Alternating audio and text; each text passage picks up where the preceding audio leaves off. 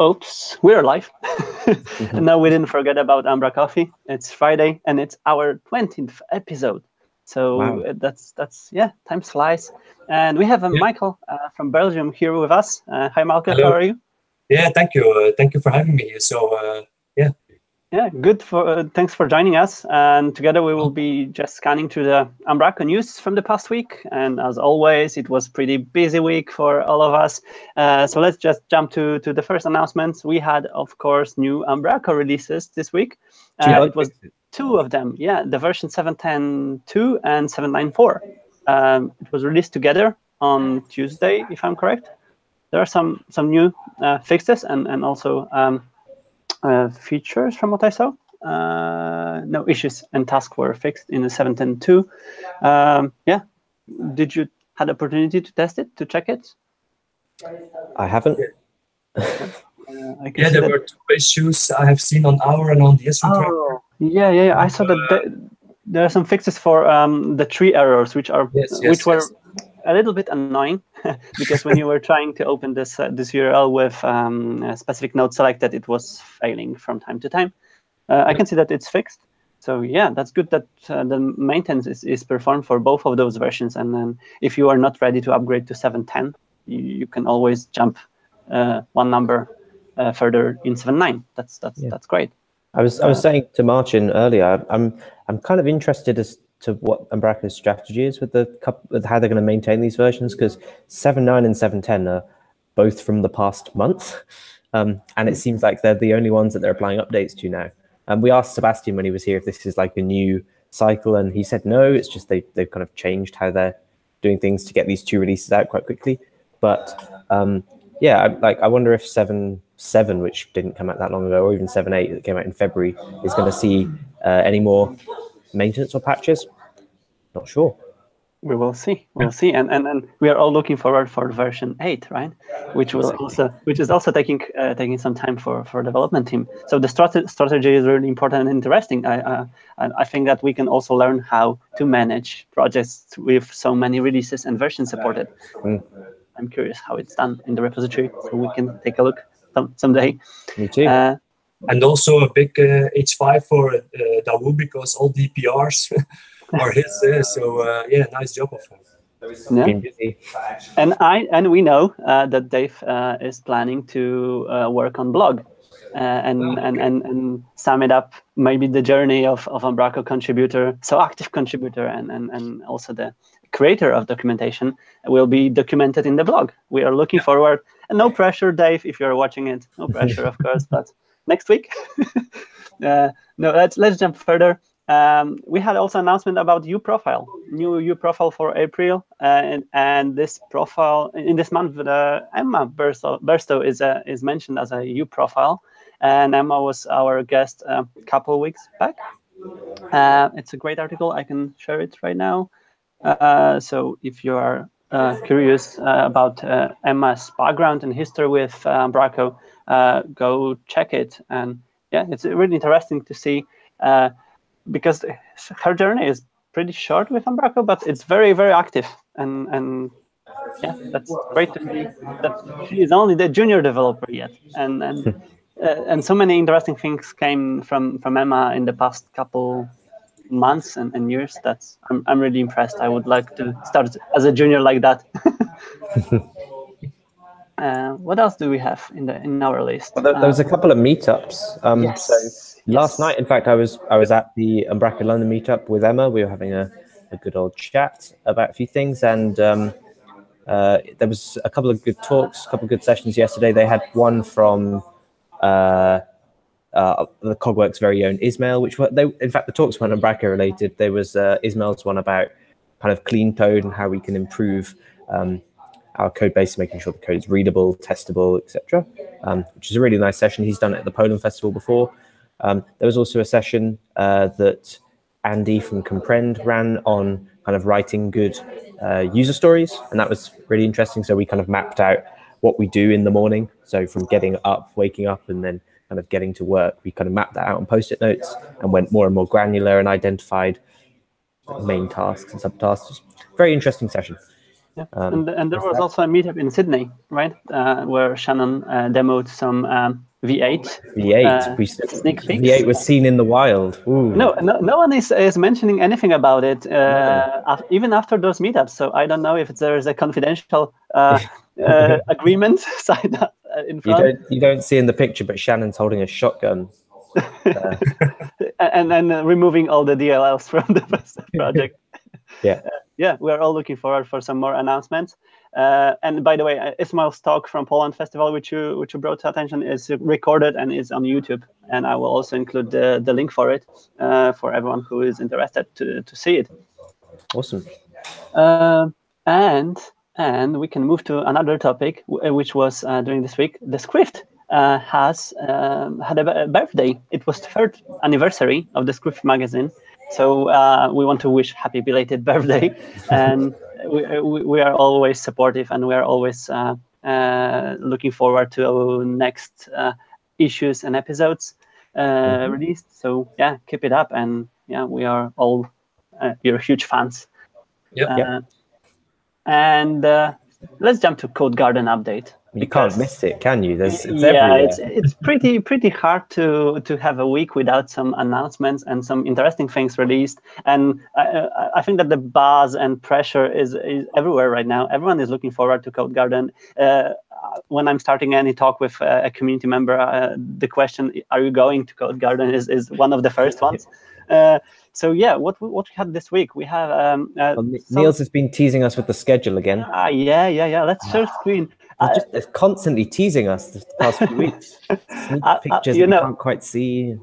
I was planning to play as a guys from CSI and to zoom in, zoom out, to do some magic with graphic filters to see who is speaking about what, because we don't know everything yet. But yeah, the schedule is ready on paper, and I think that right now we are just need to look forward to some announcements. And speaking about announcements, it was announced that Lee Kelleher and Mark Goodson will be speaking about together comic design of like design. Making sure that all of our components and front end and back end and everything is all atomic, so it can be used anywhere within a site and in multiple configurations and stuff. Interesting talk. I also love Lee's photoshopped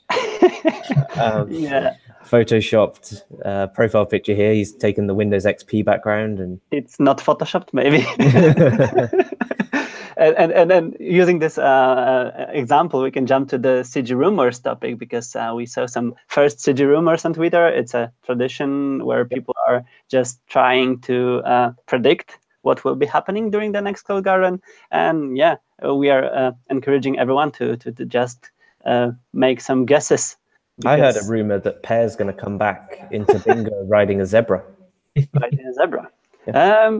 All is possible. We know that all is possible. I also spread one earlier in the week that they're going to burn all of Umbraco's customer data in the car park because GDPR comes into effect during Code Garden. I'd like to see them try it. There were some sneak peeks, but also the first build pull requests were landed in Denmark. And Niels showed some of the packages, and of course this tradition is really cool because for everyone, for every beer fan, not only, but you can taste beers from different parts of the world during the pre-party of Code Garden in HQ. And I've tasted real Russian beer, real great Russian beers here last year. And I want to send some from Polish breweries, and I know that Sebastian is a huge fan of beer. So I had the pleasure of tasting Sebastian's homebrewed beer last year, which was very nice. And I think, I'm getting my own beer pull request ready. Maybe an umbraCoffee themed one. Let's see. Ooh. CG rumor. Ooh. And yeah, speaking about serious announcements, there is information about Vitaly's from Smashing Magazine masterclasses, and I heard some great feedback after last year, and there are 30 spaces, and it's additional priced for €200 if I remember correctly, and the sign up form is on Umbraco website. So if anyone is interested in learning more about websites optimizations visible from mostly front-end perspective, but not only, It's I mean, it's very broad. There's 17 different topics it's going to cover, from like front end modern frameworks and like CSS, Flexbox, etc., all the way down to like new stuff in HTTP, which is it's vast. There is so much stuff in there, so it's well worth whatever price you pay for it. I'd say 200 euros is nothing for what he's got on offer. Yeah, and still, Vitaly will be doing a talk, right? And last year it was just a brief summary of workshops and shortened version of the topics mentioned, and it was a great talk. I really enjoyed it, and I'm looking forward for some new things from web world, because maybe we are sometimes missing those stuff, being focused too much on the back end, and there's the whole world going on somewhere else. So let's discover it during this talk. Yeah. Should we move on to some releases? Yes. Let's mention some releases. So I think we were just deciding whether this was last Friday or at the weekend, but Anders, who we've had on previously, has done another release of Skybrid Umbraco Redirect, which is a package we use in a lot of our sites as well. So big high five, you rock, to Anders. Translation Manager, something else we've had on umbraCoffee and discussed, has also had a bug release, I think, but there were also some features, full translations and version checker. Oh, excellent!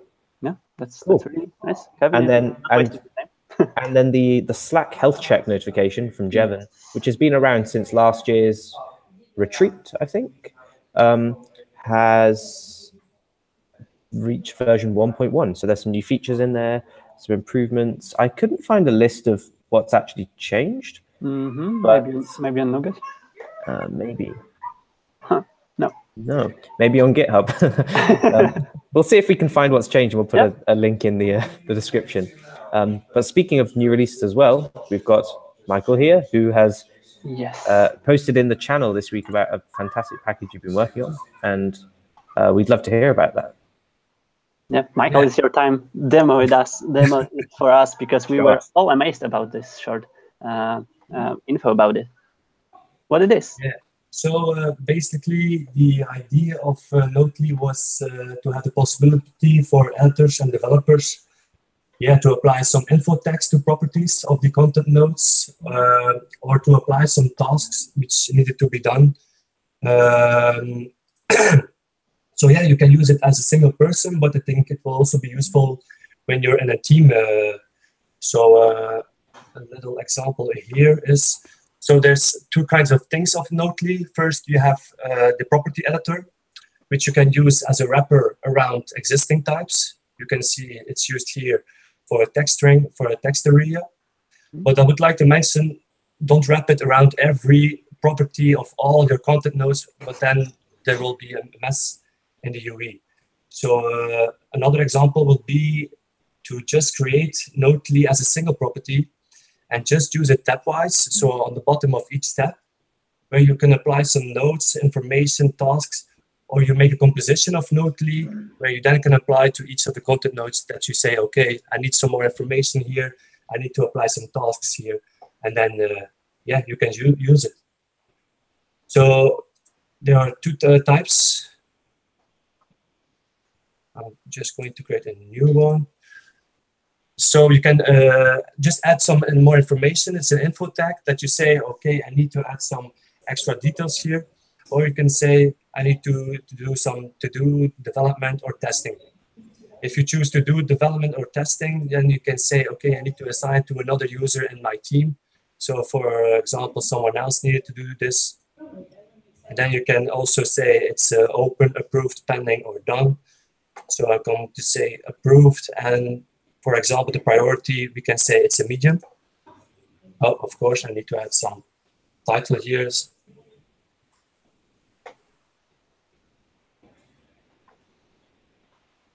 So here you have. The other possibility is to chat with other persons in your team that you say, okay, I need some more information, but the other team member has that information. So we can say, give me some more details about this task. And then you have all set up in one place, all in Umbraco. So you can say, okay, I use Trello for this kind of tasks, but I wanted to have some of this functionality right in of Umbraco so that it all stays at one place. Yeah, and I asked you on Slack channel that if it's stored on nodes data, and I know that you've replied that it isn't, right? It's a custom data tables for correct. created custom tables. That's great. And yeah, you mentioned something before. I don't know if it's public, but you've said about custom section. Am I correct? Yeah. So the other part of Notely is here. You have a new section. And here you have some possibilities. So the first thing is you can see all the nodes of all the content nodes in your back office. If you expand here, you can see a perfect overview here of all the nodes of tasks that were applied. You can say, okay, which are to-dos, which are open with medium priority. So you can see there is only one here. And to make it more better overview is just hide all the properties without the tasks, and then you get only the ones you need. So basically the same, you can edit it. You change, okay, it's a high priority and the state is pending now because I'm going to work on it. Mm-hmm. So using startups namings, it's a Trello for Umbraco content editors. If we're referring to some slogans, that looks really great. Awesome. It's so thorough. Like you've covered so many different use cases, and it looks really well built. I'm particularly interested that it's got so many different like purposes. Like you gave some examples of, as a developer, I may want to change this property later, or I may want to come back and I need to implement this properly on the doc type. Or from an editor's perspective, it could be used in I need to fill this field in later, or someone reviewing someone's content. Hopefully, like we review each other's code, like content editors saying, "Oh, maybe this title could be catchier or something." It's vastly a huge amount of different use cases, which is so nice, and it looks so simple to use, which is great. And another thing is you can also see all the tasks that were assigned to you. Mm-hmm. So yeah, you can directly see, okay, you start your work, you open the back office, and then you see, okay, I have 2 tasks to do. So yeah, you have a great overview, and I hope it's very useful for developers and editors. Yeah. Awesome. So going to the summary, from where we can grab it, where we can find it. Yeah, so it was the first release, I think it was 2016. So I was only working for 6 months with Umbraco. Then I started to make this plugin, and yeah, it already has 234 downloads, which is good. Yeah. But there were some issues, and also the UE was not that great in the first release. So yeah, I took it up to the next level, and hopefully it's a lot better. Is there any plan of releasing it soon, or even a beta? Do you look for, I don't know, some testers or help in some? There are 2 issues that I need to fix, but I hope it will be released somewhere at the end of this month. Yeah, so.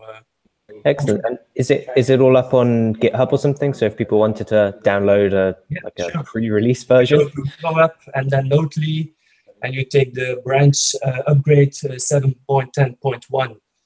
Which I'm using of Umbraco. There is the latest branch. Cool. We will, of course, include this a link to this repo in our description. It looks really great. Well done so far, and great work. Yeah. Okay, we are going to the end of the episode. Of course, all the links, all the stuff mentioned during the episode will be included in the description of this video. We have some minor, not so minor, but topics which we didn't cover yet in this episode. So maybe I will just share my screen and jump through them. First of them was the article which I found on Slack channel. It was about running Umbraco on AWS. And this is a well-written article, how to set up the load balance environment with Umbraco installation on it. So it's not only possible with Azure, it's possible with other cloud providers supporting the .NET architecture behind. And I'm speaking with some people from Polish .NET community about saying more about possibilities in terms of containers and things like that. So I'm really looking forward to some announcements about maybe talks on Polish festivals and not only around this topic. And we also had the article about GDPR, yet another addition to the legal terms of the GDPR compliant, which is coming soon in May. 25th of May, last day of Code Garden. Yep. So yep, this is a story by Kim here, and yeah, that's it. Is there anything else? You mentioned Poland Festival, Marcin. So call for proposals open. Yes, we are. You know, I had the ideal situation when I wanted to pick from topics at the end of the April, but I'm trying right now to encourage people to submit topics, even ideas of topics. If you want to come to Poland, or if you want to prepare some talk, or you want to share any knowledge with community, let us know by just submitting the entry, and we can polish it later. But yeah, that's my ideal goal, to have many submissions by the end of month, and just discuss them all, and maybe bring some unseen presentations or topics to the Polish festivals to make it different. So yeah, feel free to share your ideas, and if you want to come to Poland, Michael, if you want to come to Poland, share something about Notely and maybe some development stories behind it. Feel free to submit it. And tickets are on sale now. The beer is cheap. Yep. The weather will be nice. It will be really good fun. It was a great event last year.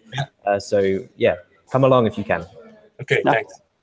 And with this positive summer, we can go back to normal work. And thank you all for being with us. Thank you, Michael, for sharing your great package with us. And yeah, have a nice rest of the day. Have a good weekend, everyone.